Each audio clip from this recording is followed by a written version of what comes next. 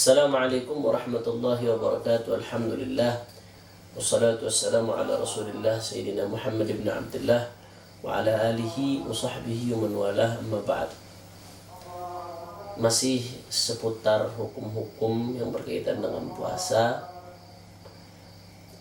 Ada pertanyaan, apa sih hukumnya suntik pada saat puasa? Apakah membatalkan membatalkan puasa atau tidak? Ini menjadi pertanyaan di tengah-tengah masyarakat, karena suntik ini kan memasukkan sesuatu ke dalam tubuh. Saya nggak mau terlalu detail membahas ini. Berikut dalil-dalilnya karena sangat panjang. Setidaknya di sini kesimpulannya saya ingin sebutkan, ulama berbeda pandangan masalah ini. Ada 4 pendapat berkaitan dengan masalah suntik huknah ibrah, dengan suntikan itu pada saat puasa. Ada 4 pendapat, 4 pandangan ulama. Ada ulama yang mengatakan bahwasanya suntikan ini membatalkan puasa, baik yang masuknya itu melalui urat atau yang melalui otot daging. Nah, ada lagi ulama yang mengatakan enggak, suntikan itu tidak membatalkan puasa, mau yang ke urat mau yang ke daging maka tidak membatalkan puasa. Tapi pendapat ketiga mengatakan bahwasanya suntikan yang melalui urat itu membatalkan puasa, tapi yang melalui daging tidak membatalkan puasa, melalui otot.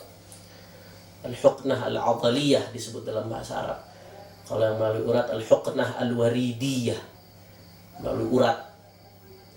Pendapat keempat mengatakan dibedakannya bukan dari sisi itu, dibedakannya dari sisi kalau suntikan itu isinya adalah obat, jarum itu yang melalui jarum itu adalah obat, maka tidak membatalkan puasa. Tapi kalau isinya nutrisi, makanan, seperti orang diinfus itu kasih makanan, itu membatalkan puasa. Ada pandangan ulama seperti itu. Siapa saja yang mengatakan, oh ini banyak ulama masalah ini, ulama-ulama modern, para fuqaha di zaman ini banyak berbeda pendapat. Pendapat pertama itu bahwasanya suntikan itu membatalkan puasa, baik di urat maupun di daging. Ini pendapat banyak daripada ulama Hadramut. Di antaranya Al-Allamah Syekh Salim Sa'id Buqayyir Baghaithan. Bahkan beliau menulis satu kitab khusus tentang ini, judulnya Wuduhul Butlan fil Hukmi bi'adamil fitri bil Huqan bil Ibrah fi nahari Ramadan. Nah, termasuk juga Syekh Muhammad Awad Bawazir, Ustaz Muhammad Sa'id Suyuti, Syekh Muhammad Najib Al-Muti'i, sahib Takmilah Al-Majmu' Lin-Nawawi. Nah, saya nggak mau sebutkan dalilnya karena terlalu panjang. Jadi ulama ini mengatakan bahwasanya apapun alasannya yang namanya suntikan itu membatalkan puasa. Kemudian pandangan ulama yang kedua mengatakan bahwasanya tergantung, pandangan yang kedua mengatakan bahwasanya yang namanya suntikan tidak membatalkan puasa, baik suntikan itu di urat atau suntikan itu di daging, di otot, baik suntikan itu untuk obat atau suntikan itu untuk nutrisi, selama dia sifatnya suntik bukan makanan yang langsung dari mulut, maka tidak membatalkan puasa.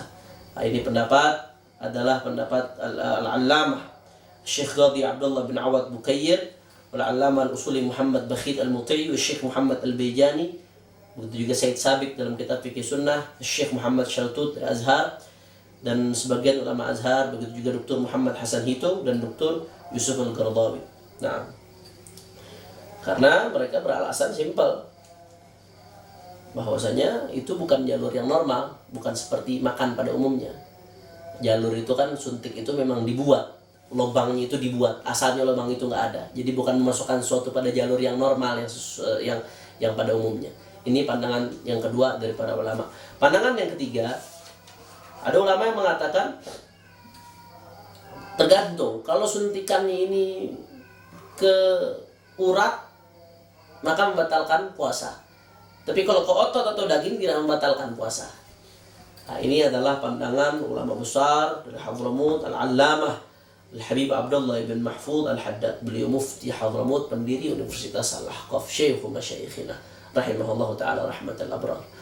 Nah, pandangan ini beliau ambil dari fuqaha al-mutaqaddimin yang mengatakan bahwasanya andai kata ada orang ditusuk di ototnya, di paha misalkan, bagian otot, bagian daging ini, kemudian disiram air ketika puasa, setelah ditusuk disiram air, maka tidak membatalkan puasanya.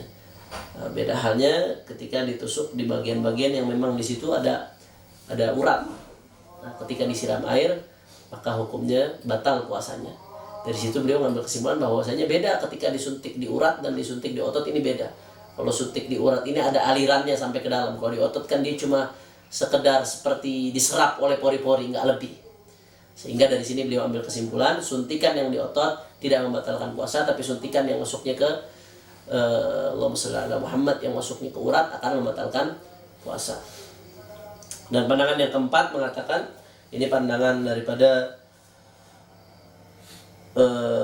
ulama-ulama yang ada di Dubai, di Qism Ifta' wal Buhuth bi Da'irat Syu'un al-Islamiyah di Dubai.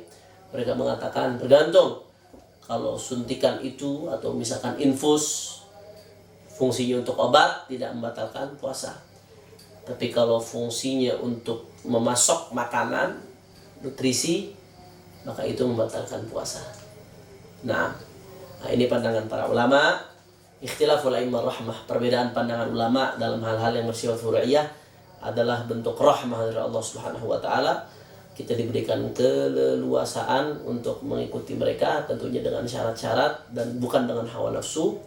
Tapi bagaimanapun yang namanya ibadah, kita dianjurkan untuk ihtiyat, lebih menjaga-jaga. Kesimpulannya apa? Untuk lebih menjaga-jaga, selama bisa tidak disuntik pada saat puasa, maka lebih baik jangan. Adzal ihtiyat, al-khuruj minal khilaf. Selama bisa tidak disuntik pada saat puasa, disuntiknya di malam hari, maka lebih baik seperti itu. Tapi kalau memang ada kebutuhan yang mendesak, sakit dan lain sebagainya, andai kata harus disuntik dan ingin tetap menjaga puasanya, maka ada ulama yang mengatakan bahwasanya puasanya tidak batal, sebagaimana saya sebutkan tadi 4 pandangan ulama yang berbeda dalam masalah suntik bagi orang yang berpuasa. Faqahanallahu wa iyyakum fiddin. Mudah-mudahan kita diberikan pemahaman dalam ilmu agama dan bisa betul-betul mengikuti para ulama dan menjadikan mereka panutan, dan bisa melihat bagaimana ada rahmat di tengah-tengah perbedaan ini. Assalamualaikum warahmatullahi wabarakatuh.